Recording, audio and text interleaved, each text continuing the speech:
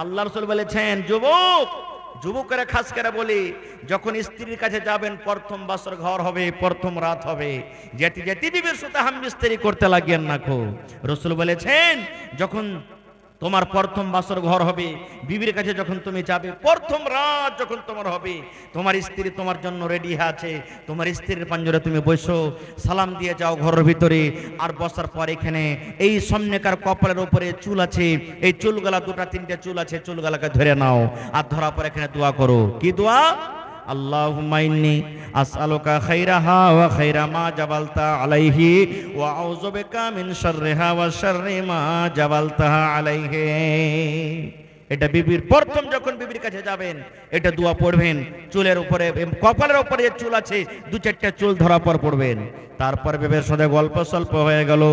আল্লাহ রাসূল বলেছেন, উম্মত, যখন তুমি তোমার স্ত্রীর সাথে মিলন করবে, যখন তোমার স্ত্রীর সাথে সহবাস করবে, শয়তান থেকে বাঁচার জন্য তোমাকে একটা দোয়া পড়িতে হবে। কি দোয়াটা পড়িতে হবে? বিসমিল্লাহি আল্লাহুম্মা জান্নিবিনা শাইতান ওয়া জান্নিবিশ শাইতানা মা রাযাকতানা। বিবির সাথে যখন মিলন করবেন, বিবির সাথে যখন সহবাস করবেন, সহবাস করার আগে এই দোয়াটা আপনাকে পড়িতে হবে। এবারে বলবেন, মাওলানা, যদি দোয়াটা না পড়ে কি গুনাহ হবে, কি ক্ষতি হবে, কি নোকসান হবে? আল্লাহ রাসূল বলেছেন, উম্মত রে, যদি তুমি এই দোয়াটা পড়ে তোমার স্ত্রীর সাথে মিলন না করো, সহবাস না করো, বিনা দোয়াতে যদি তোমার স্ত্রীর সাথে মিলন করে নাও, তাহলে যতবার তুমি তোমার স্ত্রীর সাথে বিনা দোয়াতে যাবে, অতবার তোমার সাথে সাথে শয়তান তোমার বিবির কাছে যাবে। দেখেন শয়তান কত বড় দুশমন। বিনা দোয়াতে বিবির কাছে গেলেন, ওখানে বাদ দিবেন, আপনার শুধু শুধু চলে যাবে। আর একটা জিনিস জানেন, নমাজ পড়ছি আমরা, আপনারা নমাজ পড়ছেন, ঈদের পড়েন, বকরিদের পড়েন, জুমার পড়েন, যে কোনো নমাজ পড়তে পড়তে আমার আপনার এই ব্রেনটা, মাথাটা এদিক ওদিকে চলে যায় না হঠাৎ করে? যায় কি যায় না ভাই? আপনি এখানে নমাজ পড়ছেন, হঠাৎ আপনার দেহেনে চলে আসছে, রে ধান লাগাইতে হবে, ওখানে লোকজন আছে, তাড়াতাড়ি এখানে নমাজ শেষ করবার দিয়ে যাবো লাহারি নিয়ে, আমাকে যেতে হবে কাপড়টি বাজার, অমুক জিনিস আনতে যেতে হবে। কোন জিনিস রেখেছেন আপনার মনে হয়নি, আর নমাজে ফট করে মনে চলে আসছে। আসে না? আল্লাহ রাসূল বলেছেন, উম্মত, যখন তুমি আল্লাহু আকবার বলে নমাজ শুরু করো, নর হোক কিংবা নারী হোক, বেটা ছেলে হোক কিংবা বেটি ছেলে হোক, আল্লাহু আকবার বলে যখন নমাজ শুরু করে, নমাজ চালু করে, ওই সময়তে শয়তান মানুষের কাছে আসে, আর মানুষের ব্রেনে চলে আসে, মাথাতে আসে, আর আসা পর মানুষটাকে মনে মনে ভিতর থেকে ওয়াসওয়াসা দেয়, উজকুর কাজা, এটা মনে কর, এটা মনে কর, এ আব্দুল্লাহ এটা মনে কর, এ হালিমা এটা মনে কর, এ সাইয়েদা তুই এটা মনে কর। আল্লাহ রাসূল বলেছেন, তোমাকে শয়তান মনে করাবে, এই কাজ মনে কর, ওই কথা মনে কর, ওই কথা মনে কর। রাসূল বলেছেন, উম্মত রে, যখন তোমার ভিতরে এগুলা মনে আসবে, তখন তুমি নমাজের হালাতে বাম দিকে একটু মুখখানটাকে কায়েদ করে দাও, নমাজের হালাতে বাম দিকে তুমি মুখখানটা একটু ঘুরিয়ে নাও, আর ঘুরিয়ে নেওয়ার পর আউযু বিল্লাহি মিনাশ শাইতানির রাজিম পড়ো মনে মনে, আর তিনবার পা দিকে তুমি থুতু করে থুত করে দিয়ে দাও।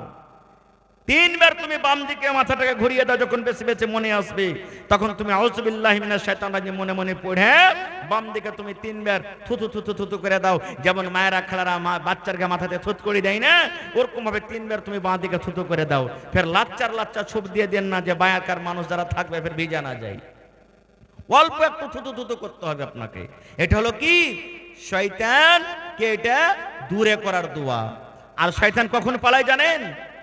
সুবহানাল্লাহ, যে গায়ে আজান হয় না, যে গ্রামে মানুষরা নামাজ পড়ে না, ওই গ্রামে শয়তান কিন্তু এসে বাড়ি বানিয়ে লাই, বাসা বানিয়ে লাই, ঘর জমিয়ে লাই।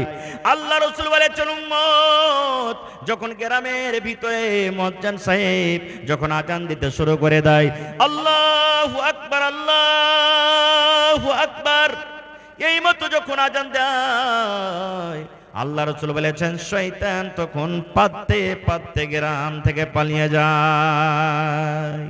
হাদিসের কথা এটা। যখন আজান হয় তখন শয়তান হাওয়া ছাড়ে আর পালায়, পাছা দিক দিয়ে হাওয়া ছাড়ে আর পালায়, মানে পাততে শয়তান পালিয়ে যায়। বলবেন, হাজি মাওলানা কেন পাদে? এমনিও তো পালাইতে পারবে, কিন্তু পা দেখে নে, কারণটা কি? এনে প্রশ্ন আছে না, আছে না? এই জন্য পাতে পাতে পালাই, এই জন্য পাছা দিক দিয়ে তারা হাওয়া বাড়ায়। আল্লাহর নাম থেকে তাকে এত নাফরাত, আল্লাহর নাম শুনবে না, আল্লাহর নাম তার কানে শুনবে না। যখন আল্লাহু আকবার বলে আপনি আজান দিবেন, শয়তান পাতবে আর পালাবি। শয়তানের উদ্দেশ্য হলো যেন আল্লাহর আওয়াজ থেকে আমার পাদের আওয়াজটা যেন গালিব হয়ে যায়। নাউযুবিল্লাহি মিন যালিক, যেন আল্লাহর আওয়াজটা আমার কানে না আসে। সুবহানাল্লাহ। শয়তান আজানের টাইমে পাততে পাততে পালিয়ে যায়। আল্লাহ রসুল একদিন নামাজ পড়ছেন, আল্লাহর নবীকেও শয়তান ছাড়েনি। আল্লাহ রসুল একদিন নামাজ পড়ছেন, মনে হয় আসরের নামাজ। আসরের কয় রাকাত নামাজ ভাই? জোরে বলেন। 4 রাকাত নামাজ। এবার আল্লাহর নবী নামাজ পড়লেন, নামাজ পড়ে সালাম ফিরে দিলেন। কিছু লোক মসজিদ থেকে বাড়িয়াও গেলেন, কিছু লোক বসে আছেন। আর নবীজি কিন্তু 2 রাকাতই নামাজ পড়েছেন আসরের। কয় রাকাত? 2 রাকাত, সালাম ফিরে দিয়েছেন। এবারে আল্লাহ রসুলের মন যে আমি 4 রাকাতই নামাজ পড়েছি, কিন্তু হয়েছে কয় রাকাত? 2 রাকাত নামাজ হয়েছে। কেউ কিন্তু আল্লাহ রসুলকে সাহস করে বলতে পারেন না যে হুজুর ব্যাপার কি, আজ 2 রাকাত কেন নামাজ পড়লেন? কেউ বলতে পারেন না। সাহাবাই কেরামদের মধ্যে একজন সাহাবী, হাদিসে তার নাম এসেছে জুলিয়াদাইন। আসল নামটা আমি ভুলছি, ওর নাম হলো জুলিয়াদাইন। হাদিসে এসেছে হাতটা লম্বা, মানে 2 হাতওয়ালা। হাত তো সবারই আছে, মানে হাত লম্বা, এই জন্য তাকে জুলিয়াদাইন বলা হয়েছে। ও তখন বলছে যে না, আমি আল্লাহ রসুলকে জিজ্ঞাসা করবো, ছাড়বো না কো। সেই সাহাবী এসে আল্লাহ রসুলকে বলছেন, ইয়া রাসূলুল্লাহ, আকসরাতি সালাত আমনা সীতা, নামাজ আপনি ভুল করে দিয়েছেন পড়িতে, আর না নামাজ কমিয়ে দেওয়া হয়েছে। মানে তখন কোনো হুকুম হইলো, ফের কোনো হুকুম বাদ চলে গেল, এরকমও তো হয়তো। তো সেই সাহাবী এসে বলছেন, হুজুর নামাজ কমিয়ে দেওয়া হয়েছে না নামাজ ভুল করে দিয়েছেন আপনি? আল্লাহ রাসূল বলছেন, হারে সাহাবী, আমি নামাজও ভুল করিনি, আর আল্লাহর পক্ষ থেকে নামাজও কম হয়নি, আর আমি নামাজও ভুল করিনি। তখন সে সাহাবী বলছেন, না, একটা তো হয়েছে দুটার মধ্যে, হয় আপনি নামাজ ভুল পড়েছেন, আর না তা আল্লাহর পক্ষ থেকে নামাজ কমিয়ে দেওয়া হয়েছে। বলছেন না, আল্লাহ বলছেন না, আমি নামাজও কম পড়িনি, কি আল্লাহর পক্ষ থেকে নামাজও কম হয়নি। তখন বলছেন, হুজুর আজকে আপনি 2 রাকাত নামাজ পড়েছেন, আপনি আর 2 রাকাত নামাজ পড়ে সালাম ফিরে দিয়েছেন। 2 রাকাতই আপনি নামাজ পড়েছেন। এরকম আমাদেরও হয় কি হয় না? মেলাই দিন হয়ে যায় যে পড়তে হবে 4 রাকাত, এবার 3 রাকাত পড়ে সালাম ফিরে দিয়েছি, মনে হয় যে 3-4 রাকাত পড়ে নিয়েছি। পড়তে হবে 3 রাকাত, 2 রাকাত পড়ে সালাম ফিরে দিয়েছি, এরকম মেলাই দিন হয়ে যায়। তো ভাই আমার, এটা হওয়াটা বড় কথা না, এটাকে করে শয়তান মানুষকে ভুলিয়ে দেয়।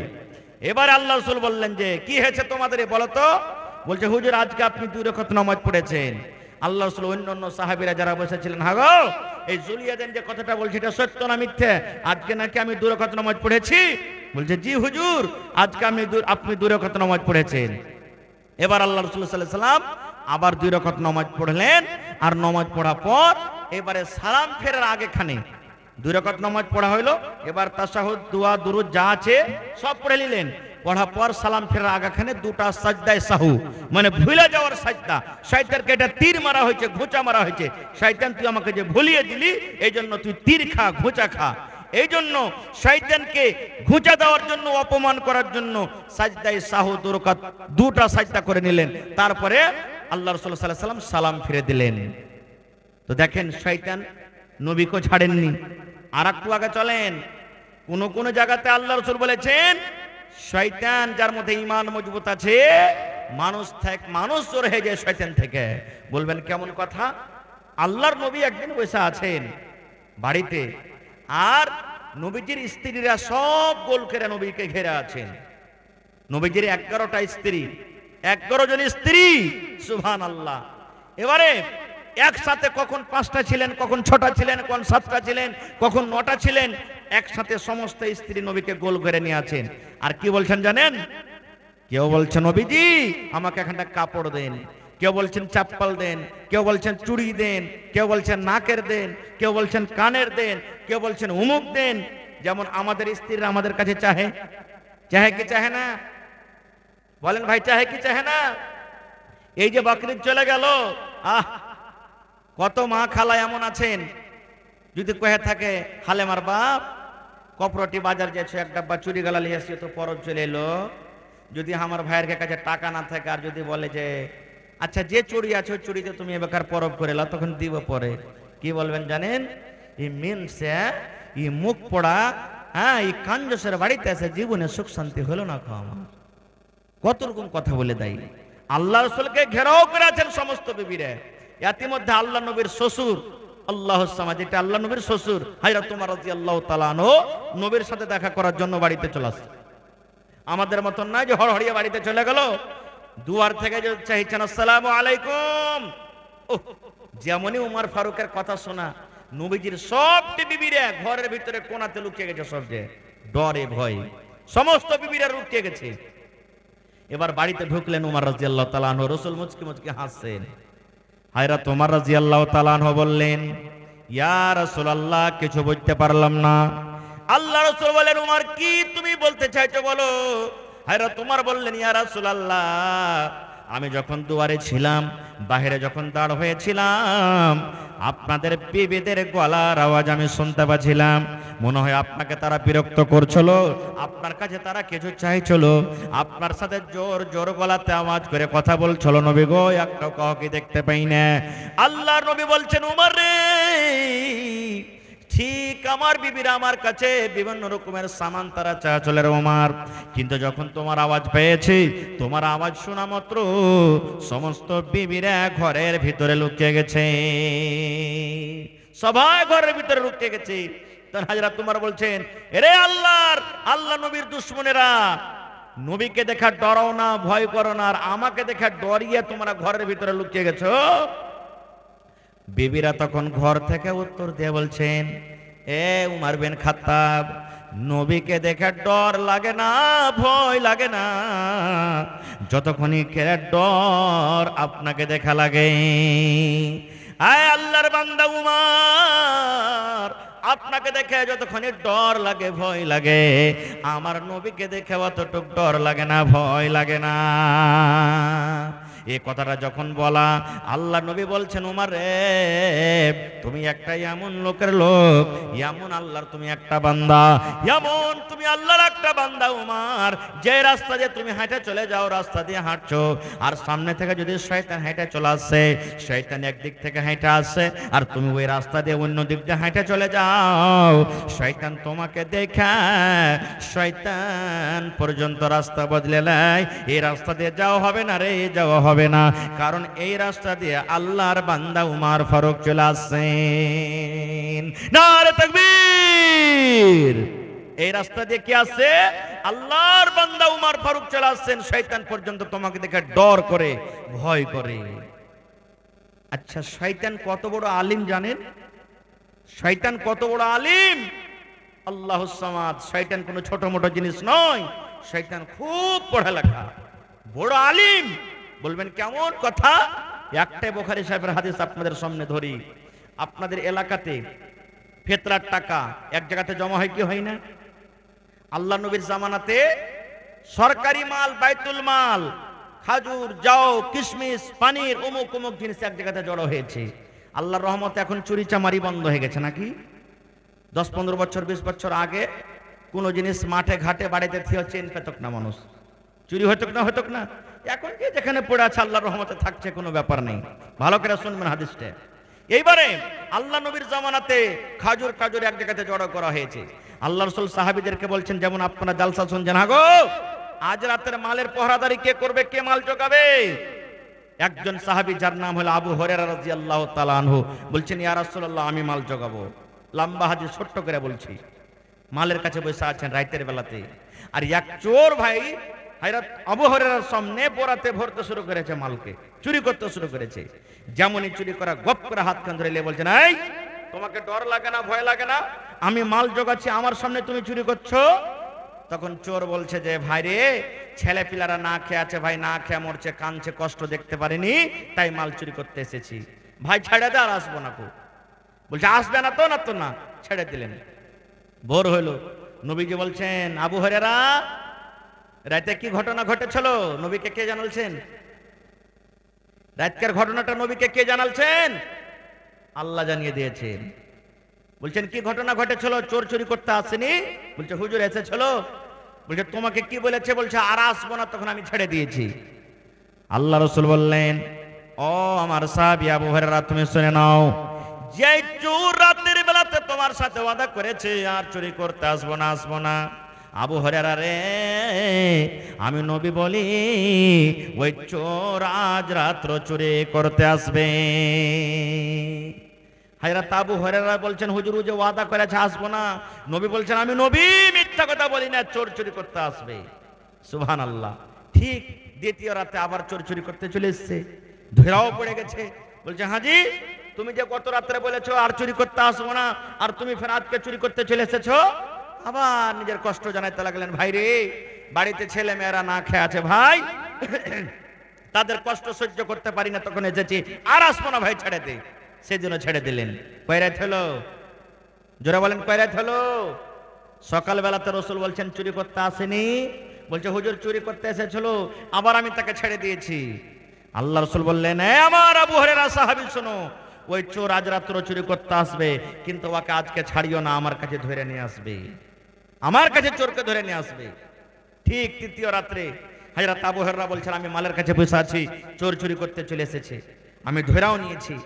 ধরা পর কিন্তু বলছি আজকে তোমার বাহানা শুনবো না, আজকে আমি ধরে নিয়ে যাব নবীর দরবারে, নবীর দরবারে ধরে নিয়ে যাব। চোর কত বড় বুদ্ধি দেখেন, হুঁশিয়ার পণ্ডিত মানুষ। চোর বলতে লাগলো, আবু হুরায়রা, তুমি যদি নবীর দরবারে আমাকে ধরে নিয়ে যাও। চোর বলে, নবী আমার হাত কাটবে, আমার হাত কাটা পড়বে, কারণ চোরের শাস্তি হলো যদি কোনো মানুষ চুরি করে তার হাত কাটা পড়বে, হাত আমার কেটে যাবে।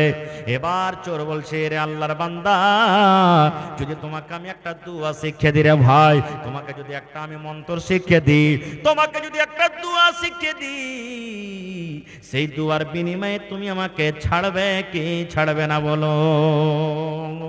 কে বলছে? চোর বলছে, ভাই রে, যদি তোমাকে আমি একটা দুয়া শিখিয়ে দিই, তাহলে তুমি আমাকে কি ছাড়বে? নবীর কাছে আর নিয়ে যাবে না? এই জামানার মানুষ আমরা যদি হতাম তো কি বলতাম? সালার বেটা, সালা চুরি চামারি করে খাইছে, আর ফের কত বড় দুয়া জানে, কত দুয়ালা হয়ে গেছিস, তোর দুয়া বার হবে ওখানে, চল তুই নবীর দরবারে, এই কথাটাই বলতাম। কিন্তু সেই সাহাবী বলছেন, ভাইরি, যদি তুমি আমাকে সত্য একটা দুয়া শেখাও, যদি তুমি আমাকে সত্য একটা মন্ত্র শেখাও, দুয়া শিখে যদি আমার লাভ হয়ে যায়, হ্যাঁ ভাই তোকে আমি ছেড়ে দেব, বল দুয়াটা কি? এবার চোর বলতে লাগলো, আমার সাথে সাথে বলো, আউযু বিল্লাহি মিনাশ শাইতানির রাজিম, বিসমিল্লাহির রহমানির রহিম, আল্লাহু লা ইলাহা ইল্লাহু আল হাইয়ুল কাইয়্যুম লা তাখুযুহু সিনাতুন ওয়ালা নাওম। গোটা শিখিয়ে দিলেন। আচ্ছা বলেন তো এটার নাম কি? জোরে বলেন। আয়াতুল কুরসি। এটার নাম কি? আয়াতুল কুরসি। গোটা শিখিয়ে দিলেন।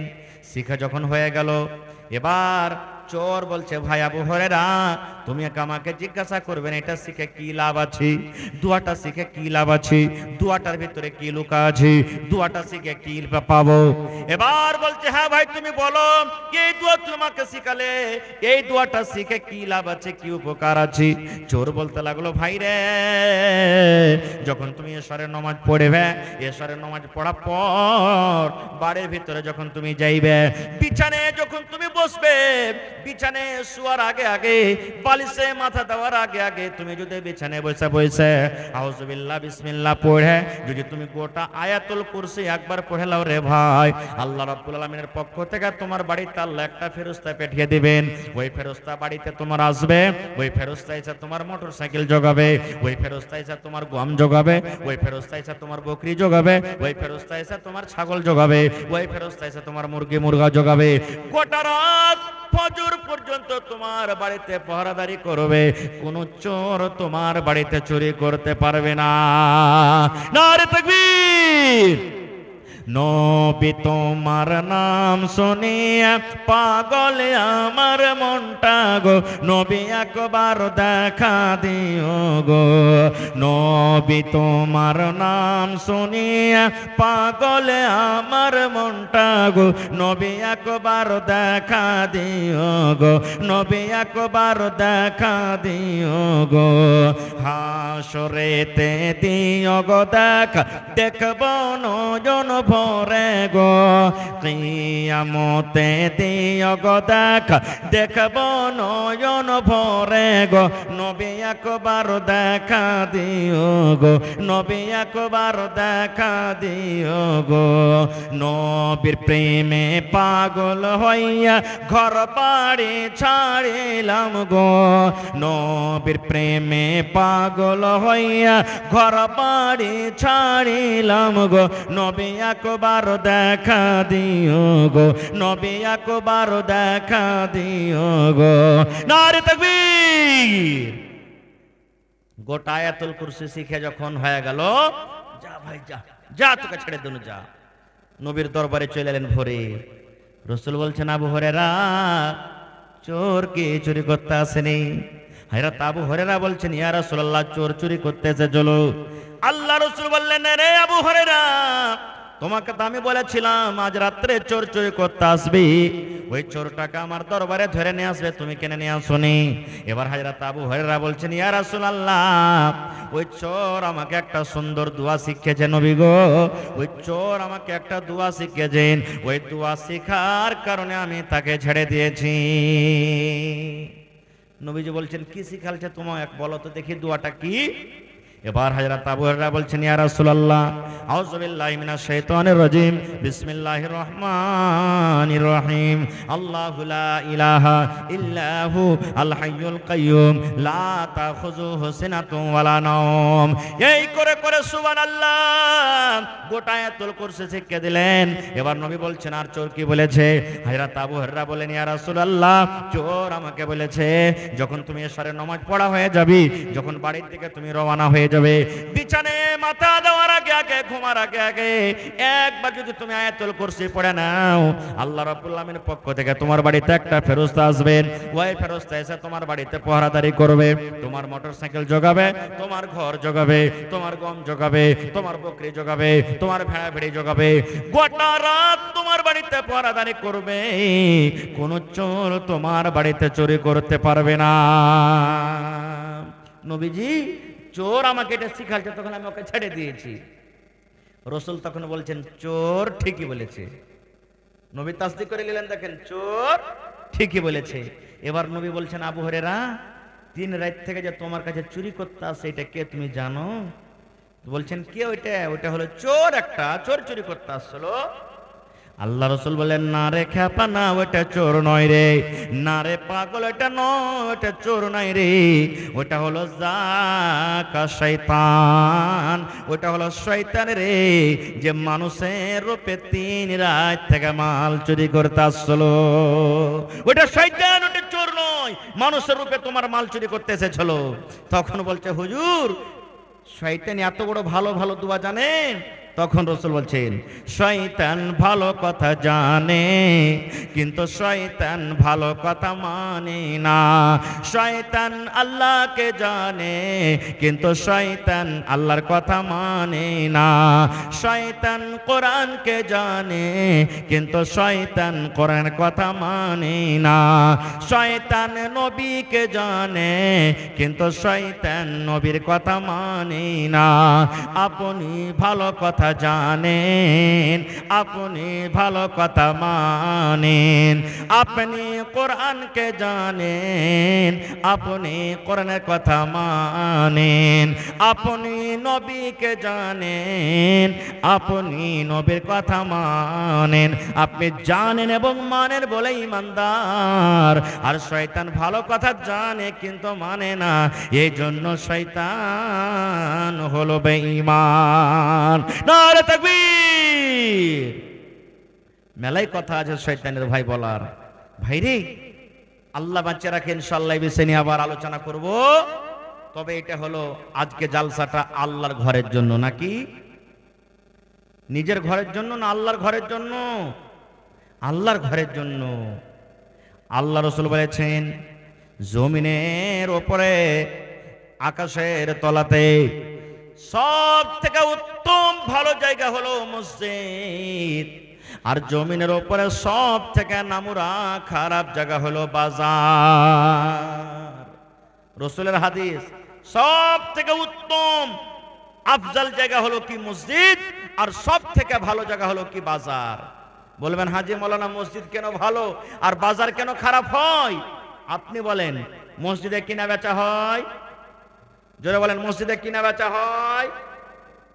আরো জোরে বলেন, মসজিদে কি চুরি ডাকাতি হয়?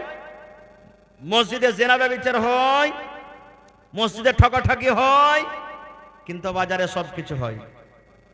হয় কি হয় না? আর একটা কথা বলে দিই, আপনাদের গ্রামে আছে কিনা, যখন কোনো মানুষের কোনো ভাই যখন হাইসা ছাগল বকরি হারিয়ে যায়, এলান করে, এ ভাই শোনেন 10 ভাই, উমুকের একটা হাইসা হারিয়ে গেছে কিংবা একটা বকরি কিংবা লোটা হারিয়ে গেছে, যদি কেউ পায়ে থাকেন তো দিয়ে দেবেন। এরকম এলান হয়? এলান হয়? আল্লাহ রাসূল বলেছেন, হ্যাঁ আমার উম্মতরা তোমরা শুনে নাও, আল্লাহ রাসূল বলেছেন, উম্মত যখন কোন হারিয়ে যাওয়া জিনিসের মসজিদে এলান হবে, নবী বলেছেন ওর জন্য আরো বদদুয়া করো যেন ওই জিনিসটা লোকটা ঘুরিয়ে না পায়। ছাগল হারিয়ে গেছে, এলান করেছে, রাসূল বলছেন এই মুসাল্লি যত আছো ওর জন্য বদদুয়া করো যাতে তুমি ছাগলটা কোনোদিন ঘুরিয়ে না পাও। হাইসা হারিয়ে গেছে, বদদুয়া করো ঘুরিয়ে না পাও, কারণ এটা হলো এলান করার জায়গা নয়, এটা আল্লাহর ইবাদতের জায়গা। এতক্ষণই পর্যন্ত যদি আদেশ না থাকে মসজিদে এলান করার, তাহলে মসজিদটা কত আল্লাহর কাছে ভালো জায়গা হইতে পারে বুঝে দেখেন। এই ঘরের ব্যাপারে আল্লাহ রাসূল 1400 বছর আগে এলান করে দিয়েছেন, মান বানা লিল্লাহি মসজিদান বানাল্লাহু লাহু বাইতান ফিল জান্নাহ। আল্লাহ রাসূল বলেছেন, উম্মত যে আল্লাহ রাব্বুল আলামিনকে সন্তুষ্ট করার জন্য, আল্লাহকে রাজি করার জন্য আল্লাহর ইবাদতখানা মসজিদ নির্মাণ করবে, আল্লাহ রাব্বুল আলামিন তার জন্য জান্নাতের ভিতরে এখন ঘর বানিয়ে দিবেন। দুনিয়াতে বানাবেন মসজিদ, আল্লাহ জান্নাতে আপনার জন্য এখন ঘর বানিয়ে দিবেন। বলবেন হাজী মাওলানা আমরা তো 10-15টা ঘর আছে, যে মাওলানা গরিব মানুষ, এখানকার এত মসজিদ বানাইতে পারবো না। আল্লাহ নবী সাহাবায়ে কেরামকে একদিন বসে আছেন, মসজিদে নববীর সামনে একটা ফাঁকা জায়গা আছে, খালি জায়গা, জায়গাটা এখনো মসজিদের কিন্তু নয়। নবীজি এলান করলেন, কে তোমরা আছো, এই জমিনটা কিনে, যেটা ফাঁকা জায়গা আছে কিনে মসজিদের জমিনে লাগাইতে পারো, আল্লাহ তাআলা তার বদলাতে জান্নাতে এখন ঘর বানিয়ে দিবেন। হযরত উসমান গনি দাঁড় হয়ে গেলেন, ইয়া রাসূলুল্লাহ যত টাকা লাগবে আমি উসমান এই জমিনটাকে কিনবো, আর কিনা পর আমি এই মসজিদে লাগিয়ে দিব। আল্লাহ রাসূল বলছেন, উম্মত রে, যদি তোমরা গোটাই মসজিদ বানাইতে না পারো, যদি একটা পাখির যে বাসা বানাই, পাখির বাসা কত বড় হয়, ছোট্ট হয় না? রাসূল বলছেন একটা পাখির বাসার সমান জায়গাও যদি তুমি মসজিদ বানাইতে পারো, আল্লাহ তাআলা ওর বদলাতে জান্নাতের ভিতরে একটা ঘর বানিয়ে দিবেন। বলবেন এটা কেমন কথা, যে বাসার সমান জায়গাতে কি নামাজ পড়াতে হবে? রাসূল বলছেন 1 নম্বর মানে হলো যে যতই ছোট মসজিদ হোক, এটা মনে করিয়েন না যে কেলাবাড়িওয়ালা আরে একবারে 50 ফিট লম্বা চওড়া মসজিদ বানালছে, 100 ফিট বানালছে, ওরকে সমান মসজিদ বানাইতে পারেনি বলে মনে হয় জান্নাতে ঘর বানাবেন। না, আপনার যতই ছোট মসজিদ হোক, উদ্দেশ্য নিয়ত আছে আল্লাহকে রাজি করার জন্য, ওই ছোট মসজিদের বদলা তো আল্লাহ জান্নাতে ঘর বানাবেন।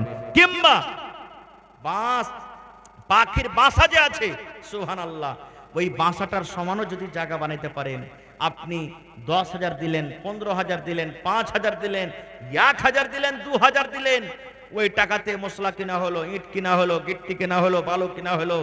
এবার কতখানি কাজ করতে করতে দেখলেন আপনার টাকা দিয়ে পাখির বাসার সমান একটা জায়গা করা হয়েছে, বা অতখানি জায়গার সমান একটা আপনি কাম করতে পারলেন।